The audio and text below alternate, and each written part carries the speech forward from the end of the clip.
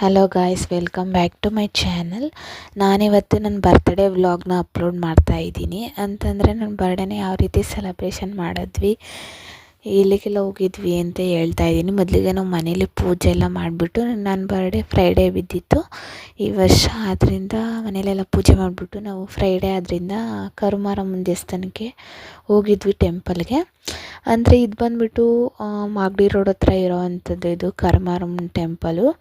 ತುಂಬ ಅಂದರೆ ತುಂಬಾ ಚೆನ್ನಾಗಿದೆ ದೇವಸ್ಥಾನ ನೋಡೋದಕ್ಕಂತೂ. ಒಂದ್ಸರಿ ಯಾರೆಲ್ಲ ಹೋಗಿಲ್ಲ ಅಂತಂದರೆ ಬೆಂಗಳೂರಲ್ಲಿ, ಅಂದರೆ ವಿಜಯನಗರದಿಂದ ಅಂದರೆ ಒಂದು 5 ಮಿನಿಟ್ಸು ಟೋಲ್ ಗೇಟ್ ಹತ್ರ ಮಾಗಡಿ ರೋಡಲ್ಲೇ ಇರೋ ಅಂಥದ್ದು ಇದು. ಅದರಲ್ಲಿ ಚಿಕ್ಕ ಮಕ್ಕಳು ಇದ್ರಂತೂ ಈ ದೇವಸ್ಥಾನಕ್ಕೆ ಕರ್ಕೊಂಡೋಗಿ ಬಂದರೆ ತುಂಬಾ ಒಳ್ಳೆಯದಾಗುತ್ತೆ. ಮಕ್ಳಿಗೇನಾದರೂ ಹೆದರ್ಕೊಂಡಿದ್ರೆ ಅಥವಾ ಸರಿಯಾಗಿ ನಿದ್ದೆ ಮಾಡ್ತಾಯಿಲ್ಲ, ತುಂಬ ಚಂಡಿ ಮಾಡೋದು ಆ ಥರ ಎಲ್ಲ ಮಾಡ್ತಾಯಿದ್ರೆ ದೇವಸ್ಥಾನಕ್ಕೆ ಹೋಗ್ಬಿಟ್ಟು ಯಂತ್ರನ ಹಾಕಿಸ್ಕೊಂಡು ಇದರಲ್ಲಿ ನೀರು ಇಡ್ತಾರೆ, ಇದರಲ್ಲಿ ಬೇವಿನ ಸೊಪ್ಪಲ್ಲಿ ಆ ನೀರನ್ನ ಇಡ್ಸ್ಕೊಂಡು ಬಂದರೆ ತುಂಬಾ ಒಳ್ಳೆಯದಾಗುತ್ತೆ. ಅಥವಾ ನಮಗೇನಾದ್ರು ಹುಷಾರಿಲ್ಲ ಅಂತ ಅಂದ್ಬಿಟ್ಟು ನಾವು ದೊಡ್ಡವರಾದ್ರೂ ಕೂಡ ನೀರೆಲ್ಲ ಇಟ್ಬಿಟ್ಟು ಅಲ್ಲಿ ದೇವ್ರ ಪ್ರಸಾದನೆಲ್ಲ ಕೊಡ್ತಾರೆ. ಮತ್ತು ಇನ್ನೊಂದು ಇಂಪಾರ್ಟೆಂಟ್ ವಿಷಯ ಏನಪ್ಪ ಅಂದರೆ, ಇವಾಗ ಚಳಿಗಾಲದಲ್ಲಿ ಜಾಸ್ತಿ ಮಕ್ಕಳಿಗೆ ಆಗಲಿ ದೊಡ್ಡವ್ರಿಗೆ ಆಗಲಿ ಗದ್ದಮ ಆಗುತ್ತೆ. ಆ ಟೈಮಲ್ಲಿ ಒಂದು 5 ದಿವಸ ಅದಕ್ಕೆ ಗಂಧನೆಲ್ಲ ಹಚ್ಬೇಕು ನಾವು. ಗದ್ದಮ ಆಗಿರೋ ಅಂಥ ಜಾಗಕ್ಕೆ ಹಚ್ಬಿಟ್ಟು ಗಂಧದ ಕಡ್ಡಿಲಿ 2ರಿಂದ 3 ಸರಿ ಗಂಧದ ಕಡ್ಡಿ ಹೊಗೆನ ತೋರಿಸ್ಬೇಕು. ಆಮೇಲೆ ಮಾರಮ್ಮನ ದೇವಸ್ಥಾನಕ್ಕೆ ಹೋಗ್ಬಿಟ್ಟು ನಾವು ಆ ಥರ ಹಾಲೆಲ್ಲ ಹಾಕಿ ಮೊಸರನ್ನ ಮಾಡ್ಕೊಂಡು ಹೋಗ್ಬಿಟ್ಟು ಪೂಜೆ ಎಲ್ಲ ಮಾಡಿಕೊಂಡು ನಾವು ದೇವ್ರ ಹತ್ರ ಇರೋ ಪ್ರಸಾದನ ತೊಗೊಂಡು ತಿಂದ್ಕೊಂಡು ಮತ್ತು ಬೇವಿನ ಸೊಪ್ಪಲ್ಲಿ ನೀರನ್ನ ಇಡ್ಸ್ಕೊಂಡು ಬಂದರೆ ಅದು ಬೇಗ ವಾಸಿ ಆಗುತ್ತೆ ಮತ್ತು ಬೇಗ ಗುಣ ಆಗುತ್ತೆ ಅಂತ ಹೇಳ್ತಾರೆ. ಅದರಲ್ಲೂ ಈಗಿನ ಕಾಲದಲ್ಲಂತೂ ಮಕ್ಕಳಿಗೆ ಜಾಸ್ತಿ ಬರೋ ಅಂಥದ್ದು. ಅದರಿಂದ ಆ ಥರ ಮಾಡಿದ್ರೆ ತುಂಬಾ ಒಳ್ಳೆಯದಾಗುತ್ತೆ ಅಂತ ಅಂದ್ಬಿಟ್ಟು ನಾವು ಫ್ರೈಡೇ ಆದ್ರಿಂದ ಮಾರಮ್ಮ ಟೆಂಪಲ್ಗೆ ಹೋಗ್ಬಿಟ್ಟು ಫುಲ್ಲು ಎಲ್ಲ, ಅಂದರೆ ಇಲ್ಲಿ ಮಾರಮ್ಮನ ಟೆಂಪಲ್ಲೇ ಒಂದೇ ಅಲ್ಲ, ಇದು ದೇವಸ್ಥಾನದ ಒಳಗಡೆ ಸುಮಾರು ಟೆಂಪಲ್ ಐತೆ. ವರಾಹ ಸ್ವಾಮಿ ದೇವಸ್ಥಾನ, ಮತ್ತು ಆಂಜನೇಯ ದೇವಸ್ಥಾನ, ಮತ್ತು ಶಿರಡಿ ಸಾಯಿಬಾಬಾ, ಮತ್ತು ಗಣಪತಿ ದೇವಸ್ಥಾನ, ಮತ್ತು ಶಾರದಾ ದೇವಿ, ಐಶ್ವರ್ಯ ದೇವಿ, ಎಲ್ಲ ಥರದ ದೇವ್ರುಗಳು ಇಲ್ಲಿ ಇದೆ ದೇವಸ್ಥಾನದ ಒಳಗಡೆನೇ.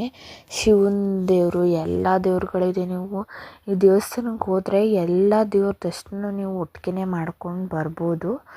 ಮತ್ತು ಇಲ್ಲಿ ಉಯ್ಯಾಲೆ ಮೇಲೇ ತಾಯಿ ಮಾರಮ್ಮನ ಅಂದರೆ ಕರುಮಾರಮ್ಮನ ಸ್ಥಾಪನೆ ಮಾಡಿದ್ದಾರೆ. ಅಲ್ಲಿ ನಾವು 3 ಸತಿ ಇಲ್ಲ 5 ಸತಿ ನಾವು ದೇವ್ರನ್ನ ಉಯ್ಯಾಲೆಯಲ್ಲಿ ತಳ್ಳಿಬಿಟ್ಟು ಅಲ್ಲೇ ಕುಂಕುಮನೇ ಇಟ್ಟಿರ್ತಾರೆ.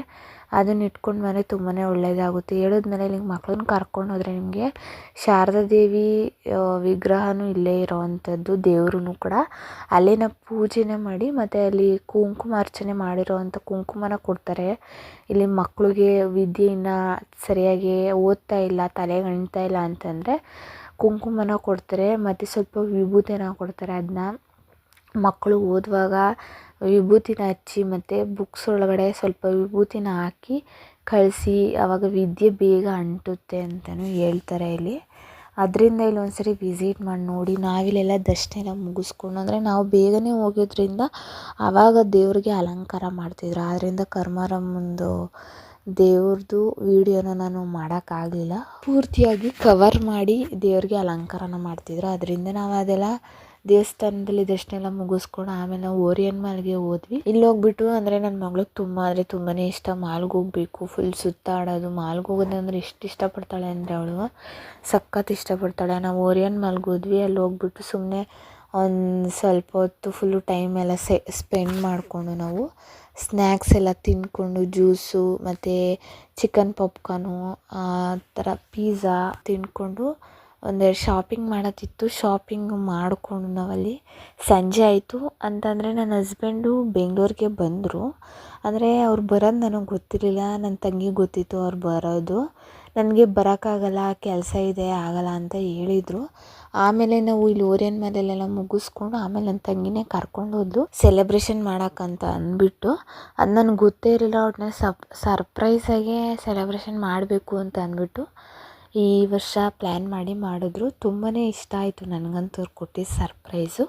ಅಂದರೆ ನಾವು ಹೋಗಿದ್ದು ಸೆಲೆಬ್ರೇಷನ್ಗೆ 6 ಬ್ಲಾಕಲ್ಲಿ ಇದೆ. ಅಂದರೆ ಇವಾಗ ಆಗಿದೆ, ಮೈಸೂರು ದೊನ್ನೆ ಬಿರಿಯಾನಿ ಅಂತ ಇವಾಗ ಒಂದು ಹೋಟೆಲ್ ಶುರುವಾಗಿದೆ. ಅದ್ರ ಪಕ್ಕದಲ್ಲೇ ಇರುವಂಥದ್ದು ಇದು.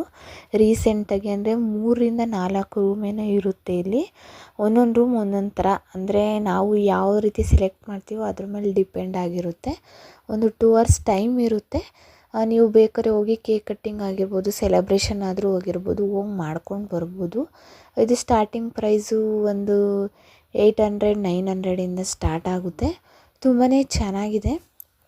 ಅಂದರೆ ಜಾಸ್ತಿ 1 ಅವರ್ 2 ಅವರ್ಗೆಲ್ಲ 5,000 ಎಲ್ಲ ಖರ್ಚು ಮಾಡೋ ಬದಲು ಸಿಂಪಲಾಗೆ ಡೆಕೋರೇಷನ್ ನೋಡಿ ನಾವು ಸೆಲೆಕ್ಟ್ ಮಾಡಿ ಸ್ಪೆಂಡ್ ಮಾಡೋದು ಬೆಸ್ಟು. 2 ಅವರ್ಸ್ಗೆಲ್ಲ ತುಂಬಾ ಕಾಸ್ಟ್ಲಿಯಾಗೆ ಸೆಲೆಕ್ಟ್ ಮಾಡಿ ನಾವು ಹಣನ ವೇಸ್ಟ್ ಮಾಡೋ ಬದಲು ನಾವು ಸೆಲೆಬ್ರೇಷನ್ ಮಾಡ್ದಂಗೂ ಇರಬೇಕು. ಅಂದರೆ ಹಣ ಎಷ್ಟು ಬೇಕಷ್ಟು, ಅಮೌಂಟ್ ಎಷ್ಟು ಬೇಕಷ್ಟು ನೋಡಿಕೊಂಡು ನಾವು ಮಾಡೋದ್ರಿಂದ ತುಂಬಾ ಯೂಸ್ಫುಲ್ ಆಗುತ್ತೆ. ಬೇಕಾದ್ರೆ ನಿಮಗೆ ಎಕ್ಸ್ಟ್ರಾ ಇನ್ನೇನಾದರೂ ಬೇಕು ಅಂದರೆ ಎಕ್ಸ್ಟ್ರಾ ಚಾರ್ಜಸ್ ಇರುತ್ತೆ. ನೀವು ಜಾಸ್ತಿ ಜನ ಹೋಗ್ತಾ ಇದ್ದೀರಂದರೆ ಪರ್ ಪರ್ಸನ್ಗೆ 200 ಅಂತ ಇರುತ್ತೆ. ಆ ಥರ ಎಲ್ಲ ಇರುತ್ತೆ. ಅದನ್ನ ನೀವು ನೋಡಿ ತೊಗೊಳ್ಬೇಕು.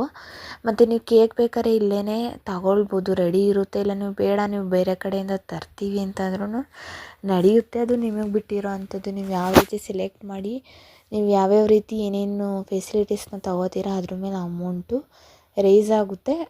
ನನ್ನ ಮಗಳಿಗಂತೂ ತುಂಬಾ ಇಷ್ಟಪಟ್ಟಳು ಅದೆಲ್ಲ ನೋಡಿಬಿಟ್ಟು. ಬರೀ ದೊಡ್ಡವ್ರದ್ದು ಬರ್ತ್ಡೇ ಸೆಲೆಬ್ರೇಷನ್ ಅಂತೆಲ್ಲ ಮಕ್ಕಳು ಬರ್ಡೇನೇ ಆಗಿರ್ಬೋದು, ಅಥವಾ ನಿಮ್ದು ಇನ್ನೇನಾದ್ರು ಪಾರ್ಟಿ ಆಗಿರ್ಬೋದು, ಇಲ್ಲ ಬ್ರೈಡ್ ಟು ಬಿ ಅಥವಾ ಇನ್ಯಾವುದಾದ್ರು ನೀವು ಪಾರ್ಟಿ ಮಾಡ್ಬೋದು ಅಂತಂತಂದರೆ ಇಲ್ಲಿ ಆರಾಮಾಗಿ ಮಾಡ್ಕೋಬೋದು, ದೊಡ್ಡವರಿಂದ ಮಕ್ಕಳವರೆಗೂ. ಮತ್ತು ಫೋಟೋಶೂಟ್ಗೂ ಅಷ್ಟೇ ಫುಲ್ಲು ಸ್ಪೇಸಸ್ ಎಲ್ಲ ಐತೆ.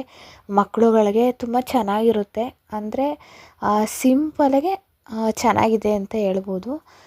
This is for my birthday vlog. Thank you for watching. Please ನನ್ನ ಚಾನಲ್ನ ಸಬ್ಸ್ಕ್ರೈಬ್ ಮಾಡಿ, ಶೇರ್ ಮಾಡಿ, ಕಮೆಂಟ್ ಮಾಡಿ.